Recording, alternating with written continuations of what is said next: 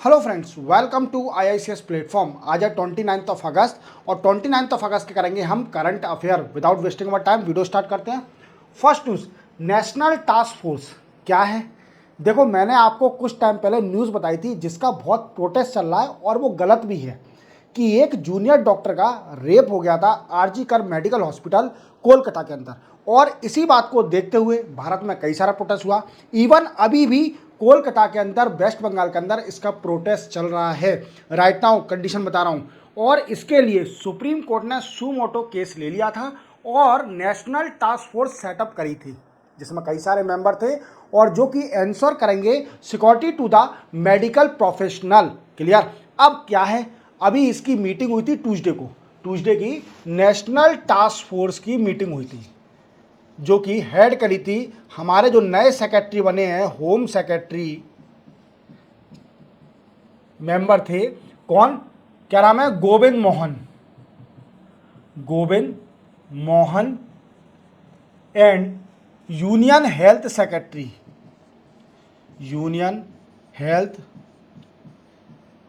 Secretary जिनका नाम है अपूर्व चंद।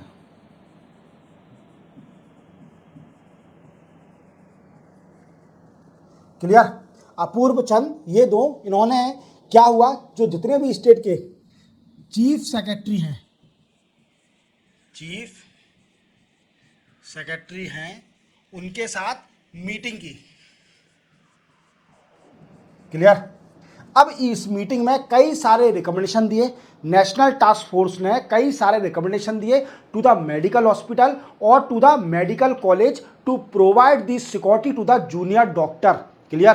अब क्या है, ऐसे कौन कौन से रिकमेंडेशन है ये भी जानना बहुत जरूरी है। तो देखो, सबसे बड़ा रिकमेंडेशन है to install CCTV cameras in blind area of hospital. Clear. CCTV camera install करिए जो कि ब्लाइंड एरिया हॉस्पिटल के। और दूसरा क्या है, control access to critical area of hospital, areas of hospital. तीसरा रिकमेंडेशन क्या है, setup control room to eye on areas through CCTV cameras by personal और सिक्योरिटी स्टाफ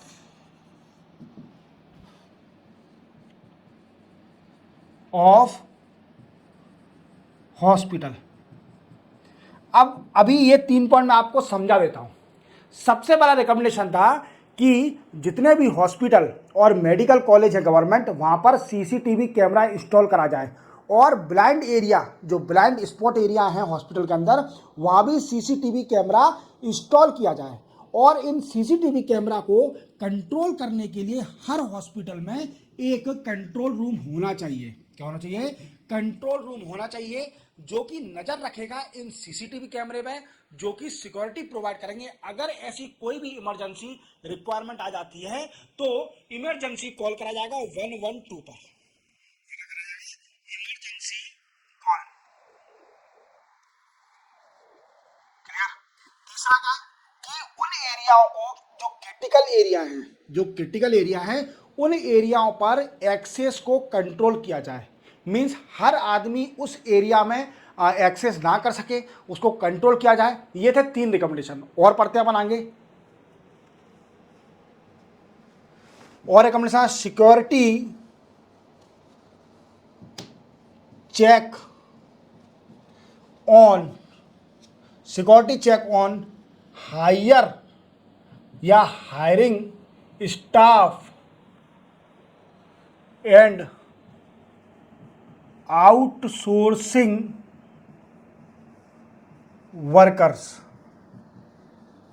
क्या बोला कि जो जैसे कई सारे वर्कर हम हायर करते हैं, हॉस्पिटल क्या करता है, कई सारी स्टाफ जो कि क्लीनर होते हैं या फिर नर्स हैं, इनको हायर करती है, तो इनका रेगुलर बेसिस पर एक we can say security check हो, इनकी सिक्योरिटी चेक हो रेगुलर बेसिस पे, इनका आइडेंटिफिकेशन हो।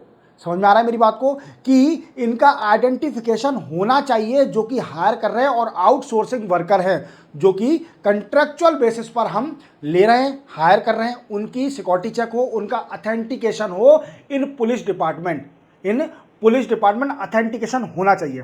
Then after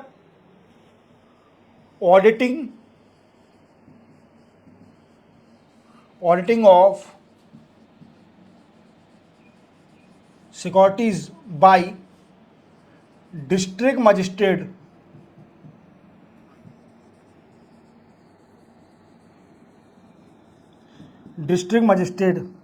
and SP with dean and directors of hospital medical college. ये पॉइंट क्या कहता है, ये पॉइंट कहता है कि रेगुलरली सिक्योरिटी ऑडिटिंग होना चाहिए बाय डिस्ट्रिक्ट मजिस्ट्रेट, और एसपी जो लोकल डिस्ट्रिक्ट का एसपी है वहां का, उसका होना चाहिए auditing, security auditing with dean and director of the medical college और द हॉस्पिटल। समझ में आ रहा है मेरी बात को, ये पॉइंट भी बोला गया। दूसरा बोला गया एक कंप्लेंट कमेटी का बोला गया, इंस्टीट्यूटलाइजिंग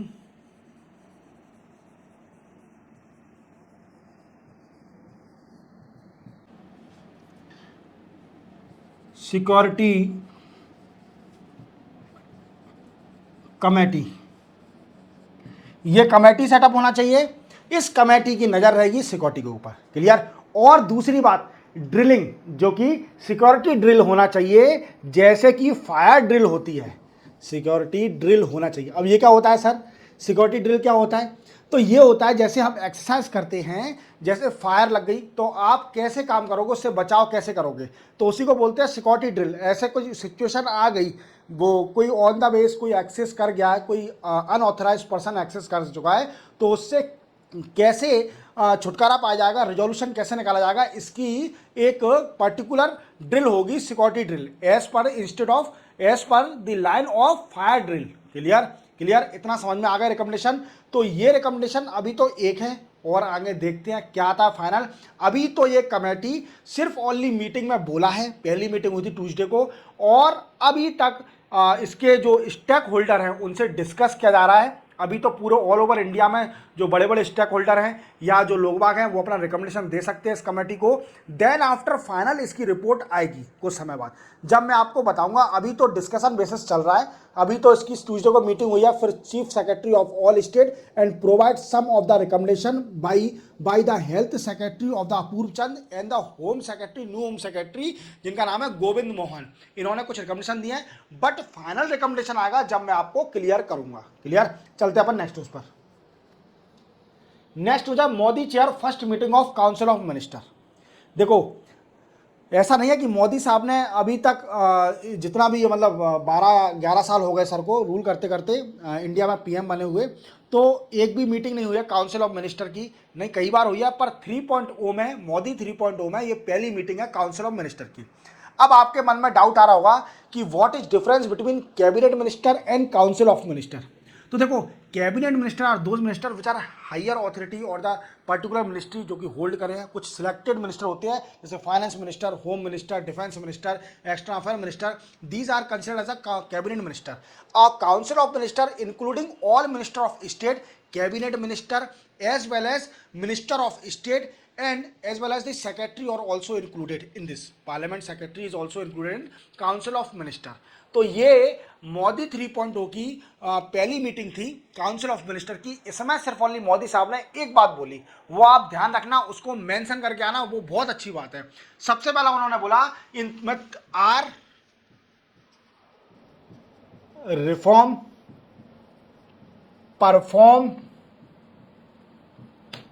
ट्रांसफॉर्म और इन्फॉर्म, ये चार चीज को याद रखना।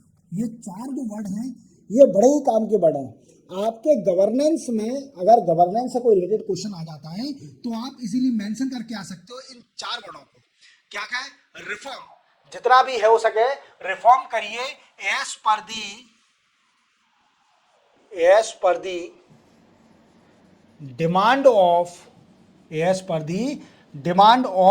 चेंजिंग वर्ल्ड,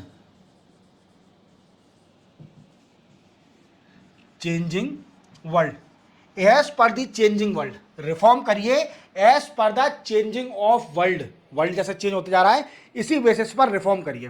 परफॉर्म, अब जब रिफॉर्म किया है तो परफॉर्मेंस भी देना पड़ेगा। परफॉर्मेंस क्लियर, अच्छा परफॉर्म करिए। परफॉर्म मतलब आप देखते हो क्रिकेट में परफॉर्म करते हैं प्लेयर, ऐसे ही बोला उनसे कि आप काम करिए, परफॉर्म करिए, अच्छा परफॉर्म करिए। क्लियर। और तीसरा है ट्रांसफॉर्म,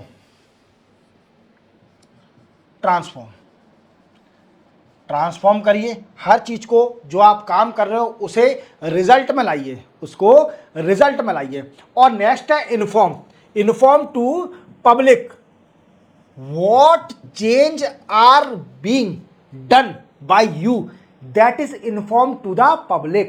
ये चीज इन्फॉर्म करिए पब्लिक को कि आप क्या चेंज करने जा रहे हो। समझ रहे हो मेरी बात को? तो ये चार पॉइंट बड़े ही इंपॉर्टेंट है, इनको याद रखना। रिफॉर्म, परफॉर्म, ट्रांसफॉर्म और इन्फॉर्म टू द पब्लिक, ये चार पॉइंट आप 4 पॉइंट मेंशन करके आइए। गवर्नेंस में आपको अच्छे मार्क्स मिलेंगे as per the recommendation of the Narendra Modi to the council of minister meeting headed by this person PM. Clear. चलते हैं नेक्स्ट न्यूज पर। नेक्स्ट न्यूज है एग्रीकल्चर इंफ्रास्ट्रक्चर फंड। देखो अभी मैं आपको हर लेक्चर में बता रहा हूं कि मोदी 3.0 में अभी नए एग्रीकल्चर मिनिस्टर बने हैं जिनका नाम है farmer CM of Madhya Pradesh Shivraj Singh Chauhan. और शिवराज सिंह चौहान जी कुछ ना कुछ इनोवेटिव करने के लिए जाने जाते हैं, क्योंकि उन्होंने मध्य प्रदेश के अंदर एग्रीकल्चर को इतने आगे बढ़ाया कि मैं ये नहीं कह रहा कि सभी फील्ड में, मैं सिर्फ only I am talking about agriculture field. Agriculture field में इतना अच्छा काम किया कि हमको मतलब मध्य प्रदेश को 7 टाइम कृषि कर्मण अवार्ड मिल चुका है।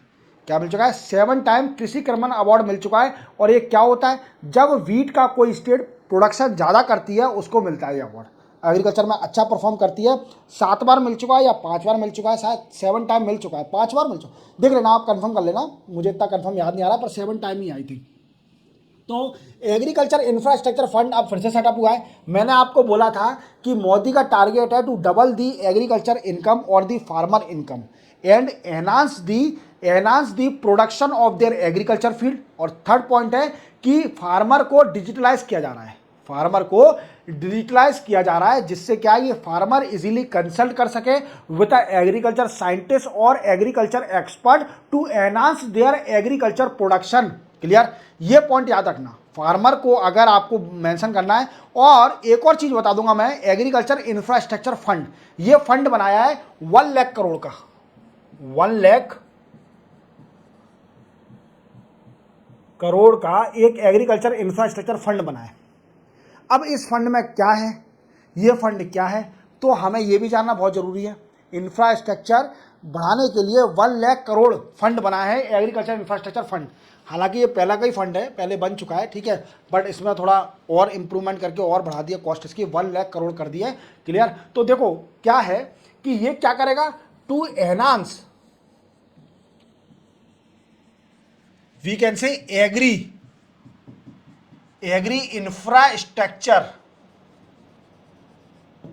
इंफ्रास्ट्रक्चर टू डबल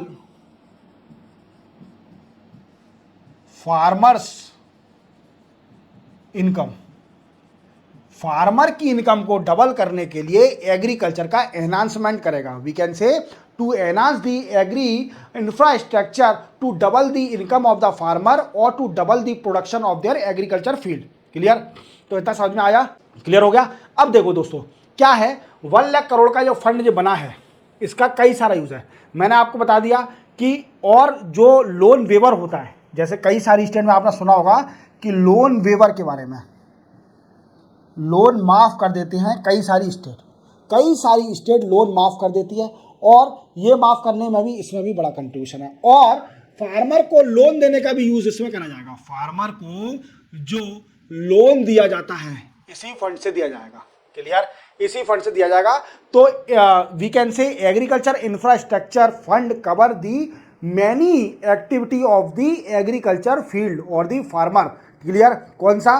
पहला क्या है कि enhance the agriculture infrastructure of the farmer, then after double the income of the farmer, then after to increase और double the production of their agriculture field and provide, fourth क्या है, provide the loan to farmer for doing agriculture, ठीक है, doing farming. Clear? और दूसरा क्या है कि लोन वेवर माफ़ करना, वी कैन से जो भी लोन है फार्मर का उसको माफ़ करना, that is also a point cover in the agriculture infrastructure fund. Clear? इतना समझ में आ गया? चलते अपन नेक्स्ट न्यूज़ पर। नेक्स्ट हो जाए CAG sign momentum of understanding with SAI Bahrain. देखो बहरीन कंट्री आप जानते हो कि बहरीन कंट्री के साथ हमारे जो कंट्रोलर और ऑडिट जनरल हैं, जो कि जिनका नाम है, जो चेयरमैन है, कौन है? गिरीश चंद्र मुर्मू। और ये CAG क्या है? कॉन्स्टिट्यूशन बॉडी है। आर्टिकल नंबर 148 में ये मेंशन की गई है। क्लियर? क्लियर? 148 में CAG को मेंशन किया गया है। और इसके चेयरमैन अभी कौन है? गिरीश चंद्र मुर्मू जी। इन्होंने एक डील साइन करी है विद बहरीन। बहरीन की एक बॉडी है SAI। और ये बॉडी क्या है? ये बॉडी क्या करती है? ये ऑडिटिंग करती है, वहाँ की ऑडिटिंग करती है बहरीन में, ऑडिटिंग इन बहरीन। ये मत समझ लेना कि ये इंडिया की साई है, स्पोर्ट अथॉरिटी ऑफ इंडिया नहीं है, ये स्पोर्ट्स अथॉरिटी ऑफ इंडिया नहीं है, ये साई बहरीन की बॉडी है, कोई ऑडिटिंग करती है। क्लियर? इसका फुल फॉर्म मुझे नहीं पता। क्लियर? मैं देखो रियल बताता हूँ, इसका फुल फॉर्म मुझे नहीं पता।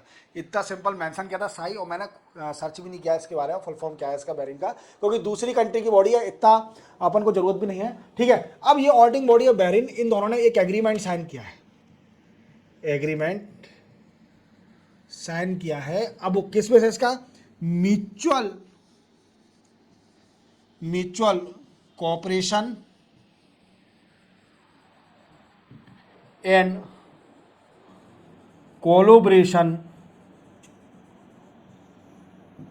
In term of auditing. आप जानते हो कि हमारा CAG जो कंट्रोलर ऑडिटर जनरल हैं वो इतना फेमस है और इसकी ऑडिटिंग इतनी वी कैन से ट्रांसपेरेंट और इतना अच्छा वर्क है, इनका परफॉर्मेंस इतना अच्छा है कि कई सारी कंट्रियां, जैसे हमारे यहाँ पर इलेक्शन कमीशन है और CAG है, ये दोनों बॉडी वर्ल्ड में फेमस है। क्यों फेमस है? क्योंकि इनके काम इतने वी कैन से इतने एफिशिएंटली है कि हर जगह ये फेमस है। तो बहरीन कंट्री, जो कि बहरीन कंट्री है, उसने एक मोमेंटम ऑफ अंडरस्टैंडिंग साइन किया है CAG के साथ कि वो क्या करेगी? Mutual cooperation and collaboration of the in term of auditing. अब इसके साथ क्या करेंगे? तो ये क्या करेंगे? Experts train and sharing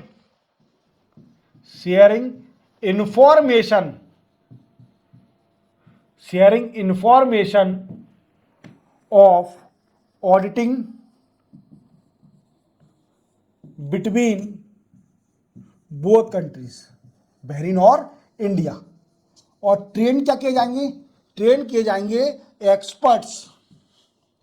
experts और personal of both country, experts and personal of both country and sharing the information between both country in term of auditing. So these are the agreement between CAG and Bahrain SAI, जिसको हम sports authority of India बिल्कुल नहीं बोलते, ये साई है, Bahrain की auditing body है। Clear? चलते अपन नेक्स्ट न्यूज पर।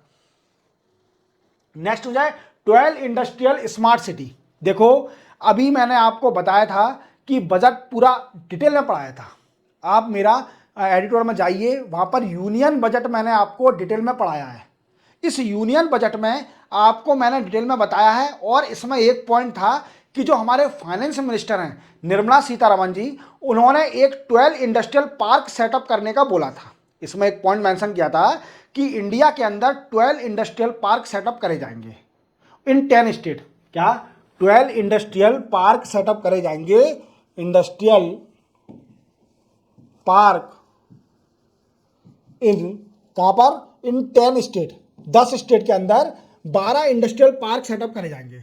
अब ये कंफर्म हो गया है, मोदी साहब ने कंफर्म कर दिया है कि हाँ 12 इंडस्ट्रियल स्मार्ट सिटी सेटअप करी जाएगी 10 स्टेट में, सेटअप इन 10 स्टेट। अब वो कौन कौन सी स्टेट है? देखो मैं स्टेट के नाम तो मैं आपको बता देता हूं, नाम बता दूंगा, और पर उनके बीच के जो एरिया है कुछ बता देता हूं, ज्यादा कुछ डिटेल में नहीं है, ठीक है, आप मेंशन कर देना। जैसे कि Punjab state is selected to set up the 1 industrial smart city, clear. Then after Uttarakhand, then after Maharashtra, then after Palakkad in Kerala, then after Andhra Pradesh, ठीक है, then after Andhra Pradesh, Telangana, clear, Telangana, then after Gaya in Bihar, then after Rajasthan. यहां पर बनेंगे 12 इंडस्ट्रियल स्मार्ट सिटी। अब आपके मन में doubt आ रहा होगा कि सर ठीक है आपने बता दिया, अच्छी बात है 12 इंडस्ट्रियल पार्क बनेंगे, पर इनका वर्क क्या होगा? जो इंडस्ट्रियल पार्क जो स्मार्ट सिटी बन रही हैं इनका काम तो बताइए। तो इनका वर्क होगा टू एनहांस, क्या होगा? To enhance manufacturing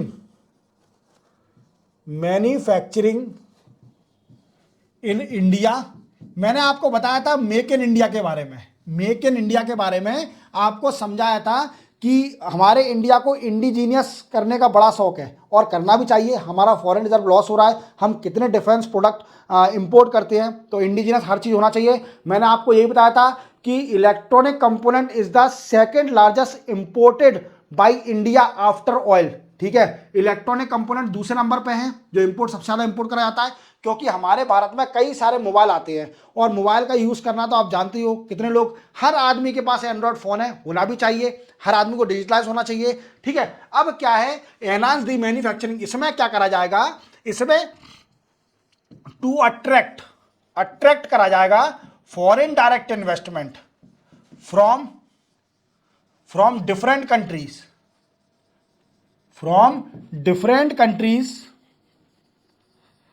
such as Singapore. आप जानते हो Singapore is the largest FDI provider to India.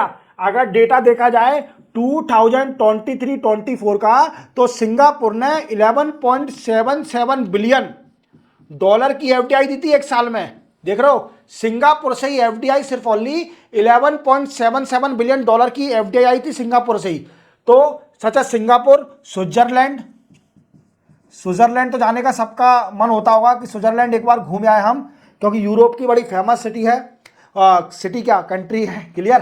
तो सिटी तो निकल गया, कंट्री है बड़ी फेमस यूरोप की, और हर किसी का शौक होता है कि एक बार स्विट्जरलैंड जाना चाहिए, और जाना भी चाहिए, अगर पैसा है तो घूम के आइए स्विट्जरलैंड, क्लियर। इन कंट्रियों से एफडीआई को अट्रैक्ट करा जाएगा इस इंडस्ट्रियल पार्क में, इस इंडस्ट्रियल स्मार्ट सिटी में। तो क्या बनना है? 12 industrial smart city setup by government to attract the FDI from different country such as Switzerland or the Singapore, which is providing the highest FDI to India as per the data of 2023-24, that Singapore only country that provide the 11.77 billion dollar FDI to India, clear। चलते अपन next news पर। Next और last news है UP. देखो, अब जितने भी social media influencer और जितने भी लोग कंटेंट बनाते हैं, अब वो पैसा कमाने के तैयार हो जाए, क्योंकि क्या है, ठीक है अच्छी बात है, आप सोशल मीडिया कंटेंट हो, कई सारे रील बनाते हो, कई सारे यूट्यूब के वीडियो बनाते हो, बट अगर आप उत्तर प्रदेश सरकार की स्कीम, इनिशिएटिव और प्लान को प्रमोट करते हो, तो उत्तर प्रदेश सरकार आपको पैसा देगी। क्या देगी? पैसा देगी। उत्तर प्रदेश सरकार आपको पैसा देने वाली है। अगर आप मीडिया इन्फ्लुएंसर हैं, कंटेंट बनाते हैं, वीडियो बनाते हैं, तो आपको यूपी सरकार ने एक नई पॉलिसी निकाली है कि अगर आप सरकार की पॉलिसी, इनिशिएटिव, प्लान को प्रमोट करते हो इन ऑनलाइन, तो आपको पैसा दिया जाएगा यूपी सरकार की तरफ से। क्लियर? अब कितना पैसा दिया जाएगा? तो देखो, UP government has started to provide fund और money if content, social media content creator promote UP's scheme, initiative और प्लान। देख रहे हो, अब लोकसभा के इलेक्शन में सबसे ज्यादा मोदी को हार मिली थी यूपी के अंदर। मोदी साहब को हार कहाँ मिली थी? यूपी के अंदर। और यूपी में अब लोगों को बताने के लिए कि हम यूपी में कितना अच्छा काम कर रहे हैं, ये गवर्नमेंट की पॉलिसी है। गवर्नमेंट ने क्या किया है, जितने भी रील बनाते हैं, अब लोग बाग तो मान नहीं रहे, वो पढ़ाई वढ़ाई तो छोड़ के लगे हैं रील बनाने के लिए, कुछ भी अनसन एक्टिविटी कर रहे हैं। अब उस चीज़ को पैसा कमाने के लिए यूपी सरकार ने बोला कि हमें प्रमोट करो ना, हमारी स्कीम सुनाओ, इनिशिएटिव सुनाओ, प्लान सुनाओ, उनको गवर्नमेंट की तारीफ करो, तो आपको पैसा भी मिलेगा। अब सब पैसा कितना दिया जाएगा, पैसा भी देख लीजिए, पैसा भी अच्छा खासा मिलने वाला है। तो मैक्सिमम मंथली इनकम बताऊंगा, मंथली इनकम अगर आप यूपी सरकार को एक्स जो ट्विटर है, इंस्टाग्राम और फेसबुक पर प्रमोट करते हो यूपी की गवर्नमेंट की स्कीम, तो आपको दिया जाएगा कितना? वी कैन से 5 लाख, 4 लाख, ये मंथली इनकम बता रहा हूं, 3 लाख और 2 lakh as per the on the basis of subscriber. ठीक है, जितने आपके सब्सक्राइबर हैं उस बेस पे आपको पैसा दिया जाएगा। अगर इंस्टाग्राम, एक्स और फेसबुक पे आप यूपी सरकार को प्रमोट करते हो तो आपको पैसा दिया जाएगा। क्लियर? और दूसरी बात, अगर आप यूट्यूब पर कंटेंट बनाते हो, अगर आप रील बनाते हो और कंटेंट बनाते हो, तो आपको तभी ज्यादा पैसा मिलेगा। ये 8 लाख, 8 लाख मंथली बता रहा हूं, ये maximum 7 lakh, 6 lakh as per दी सब्सक्राइबर और व्यूअर। क्लियर? अब देखिए, अब एक चीज देखिए आप, इसमें ऐसा तो नहीं है सरकार फ्री के पैसे दे देगी। अब इसमें यह भी एक कंडीशन डाल दी है, अगर आप सरकार की बुराई करते हो, अगर एंटी गवर्नमेंट हो आप, तो आपको लीगल तरीके से पनिश भी किया जाएगा, आपके ऊपर केस भी हो सकता है। अगर आप गवर्नमेंट कंटेंट क्रिएटर, गवर्नमेंट के बेनिफिट ले रहे हो, मींस पेड कंटेंट क्रिएटर हो, पेड, सरकार आपको पैसा भी दे रही है और आप पेड कंटेंट क्रिएटर हो, और तो भी आप गवर्नमेंट की एंटी गवर्नमेंट बात कर रहे हो, तो आपको government we can say legal prosecute करेगी और आप जेल जा सकते हो। और ध्यान रखना, यूपी सरकार की सिर्फ ओनली तारीफ कर सकते हैं, बुराई नहीं कर सकते। बुराई करी और पेड हो, आप पेड हो, अगर नॉन पेड हो तो ठीक है, आप एनालिसिस कर सकते हो उनकी स्कीम को, बट आप पेड कंटेंट क्रिएटर हो और तो भी आप यूपी सरकार के बारे में गलत बोल रहे हो, that create the difficulty for you in future and you will be liable to face the legal action by the UP government. Clear? इसी के साथ 29 अगस्त के करंट अफेयर कंप्लीट होते हैं। मिलते हैं हम कल 30 अगस्त को नए करंट अफेयर के साथ। तब तक के लिए जय हिंद।